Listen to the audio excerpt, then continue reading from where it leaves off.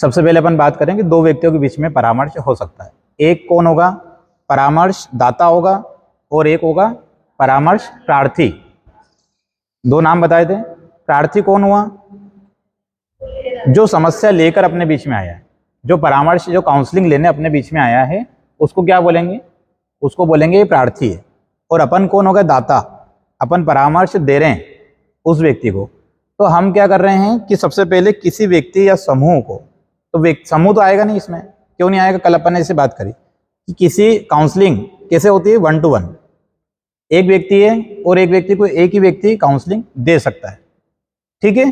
तो उसको क्या कर रहे हैं? उसके जो ऐसे मुद्दे हैं जिसके कारण वो व्यक्ति परेशान चल रहा है, लिख लो। परामर्श प्रार्थी जिन मुद्दों से, समस्याओं से, जिन मुद्दों से, जिन समस्याओं से परेशान चल रहा है,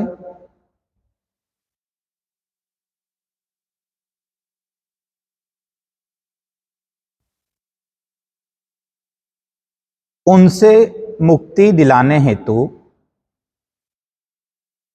उनसे मुक्ति दिलाने हेतु चिकित्सकीय चिकित्सकीय चिकित्सकीय प्रक्रिया है। मतलब चिकित्सा वाली प्रक्रिया है। ये क्या कर रही है? चिकित्सा करना मतलब क्या हुआ? उसको ठीक करने के लिए वैज्ञानिक तरीका है। परामर्श क्या है? समस्याग्रस्त व्यक्ति को ठीक करने का वैज्ञानिक तरीका, ठीक है। वैज्ञानिक तरीका, वैज्ञानिक तरीके से इस्तेमाल करके चरण चरण आगे बढ़ते बढ़ते उसको ठीक कर रहे हैं। इतना आगे समझ में? आगे चलते हैं।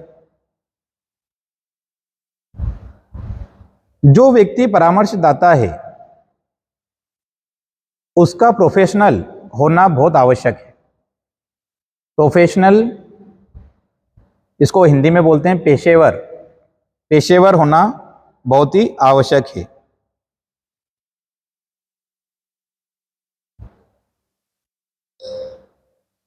परामर्श में, काउंसलिंग में, काउंसलिंग उसका इंग्लिश नाम है, ठीक है। हाँ, काउंसलिंग परामर्श एक ही बात है। परामर्श हिंदी नाम है, काउंसलिंग उसको इंग्लिश में बोलते हैं। तो परामर्श में क्या हो रहा है कि जो परामर्शदाता है वो परामर्श प्रार्थी को प्रोत्साहित करता है। लिखो, परामर्शदाता परामर्श प्रार्थी को प्रोत्साहित करता है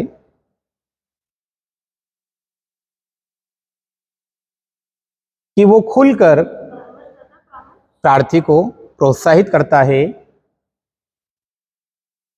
कि वो खुलकर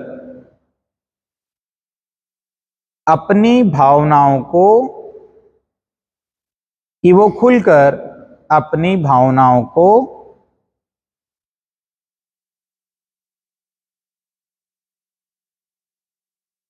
व्यक्त कर सके, खुलकर अपनी भावनाओं को व्यक्त कर सके।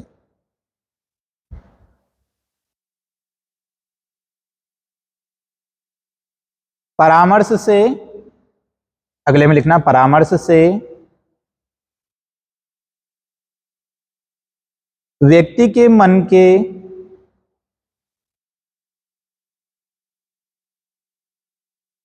ऐसे भावों को, व्यक्ति के मन के ऐसे भावों को उजागर किया जा सकता है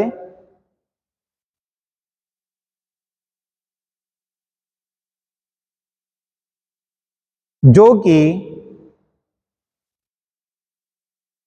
उसे परेशान कर रहे हैं।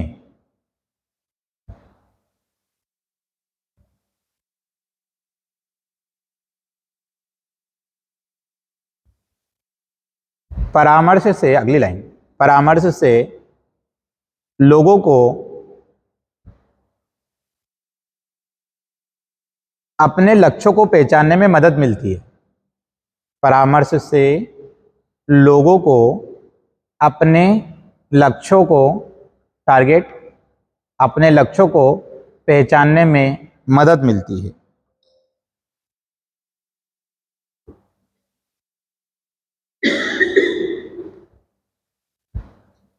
परामर्श के माध्यम से व्यक्तिगत, परामर्श के माध्यम से व्यक्तिगत,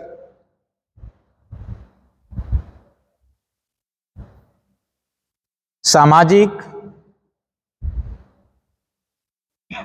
व्यक्तिगत, सामाजिक, भावनात्मक, व्यक्तिगत, सामाजिक, भावनात्मक, शैक्षणिक, व्यावसायिक,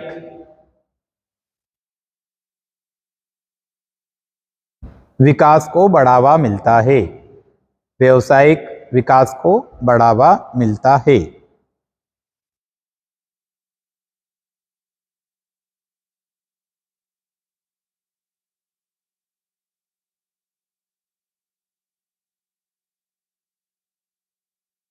परामर्श मानसिक स्वास्थ्य समस्याओं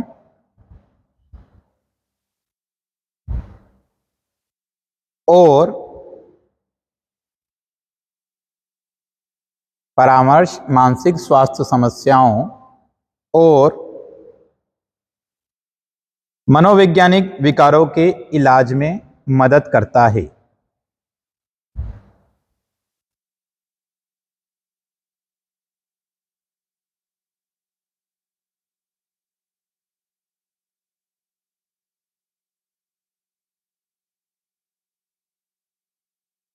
परामर्श को वार्ता चिकित्सा के रूप में भी जाना जाता है। परामर्श को वार्ता, वहीं बैठना, उस पर होगा तो कैमरा बंद हो जाएगा। हाँ, थोड़ा उधर पीछे खींच लेना। परामर्श वार्ता चिकित्सा के रूप में भी जाना जाता है।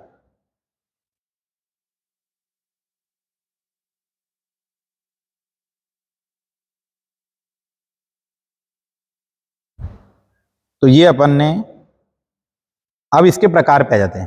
परामर्श के प्रकार,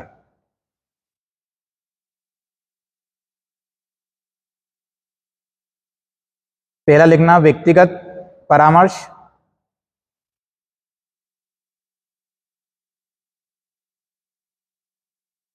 इंडिविजुअल काउंसलिंग, ठीक है।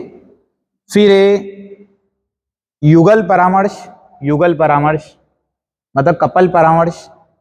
कई बार आपने देखा होगा ना, ऐसे पति पत्नी की काउंसलिंग हो रही है, उनमें तलाक की नौबत आ गई, तो क्या होता है कि उनके अंदर भी काउंसलिंग कंटिन्यू की जाती है, तो उसको बोलेंगे युगल, मतलब जोड़ा है वो, उसकी काउंसलिंग कर रहे हैं, ठीक है।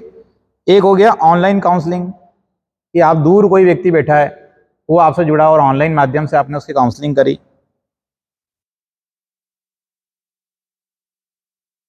और एक हो गया पारिवारिक परामर्श, पारिवारिक मतलब फैमिली काउंसलिंग।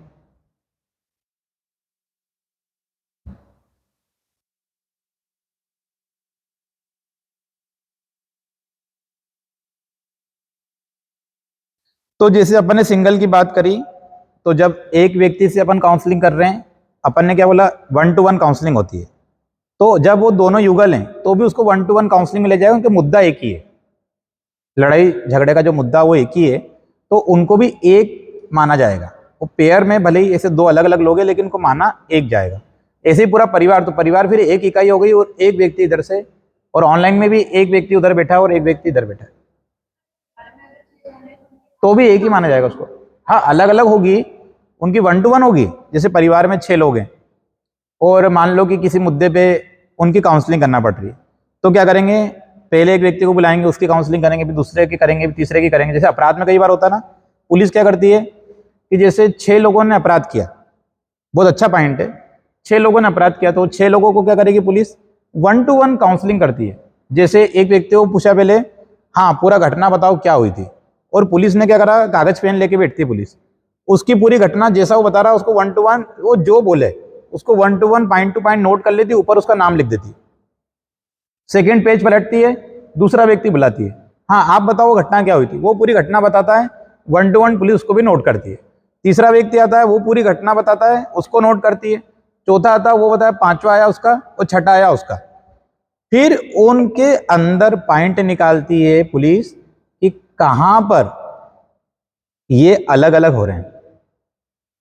कहाँ पर एक जैसा बता रहे हैं, मतलब ये बातें सही हैं जहाँ 6 लोगों ने पूरी एक जैसी बताई, पर कुछ पॉइंट ऐसे, जैसे एक ने बोला कि हम दिन में वहां गए थे, हम तो दिन में वहां पर थे, ठीक है। दूसरे ने बोला हम रात में वहां पर थे, तो मतलब इस पॉइंट में इन लोगों के बीच में गड़बड़ आ गई, पकड़ में आ गया कि ये लोग झूठ बोल रहे हैं। और ऐसे कैसे 6 लोगों से 6 पॉइंट अलग अलग पे जब उन्होंने बात करी, तो पता चला कि उसके अंदर से 5 बड़े पॉइंट पकड़ में आए। फिर पुलिस दूसरे चरण में सख्ती से पुलिस पूछताछ करती है कि अब बताओ तुमने झूठ क्यों बोला, और वो व्यक्ति तो ऐसा बोल रहा था तुम्हारा दोस्त, तो उनमें आपस में विवाद भी करवा देती है कई बार।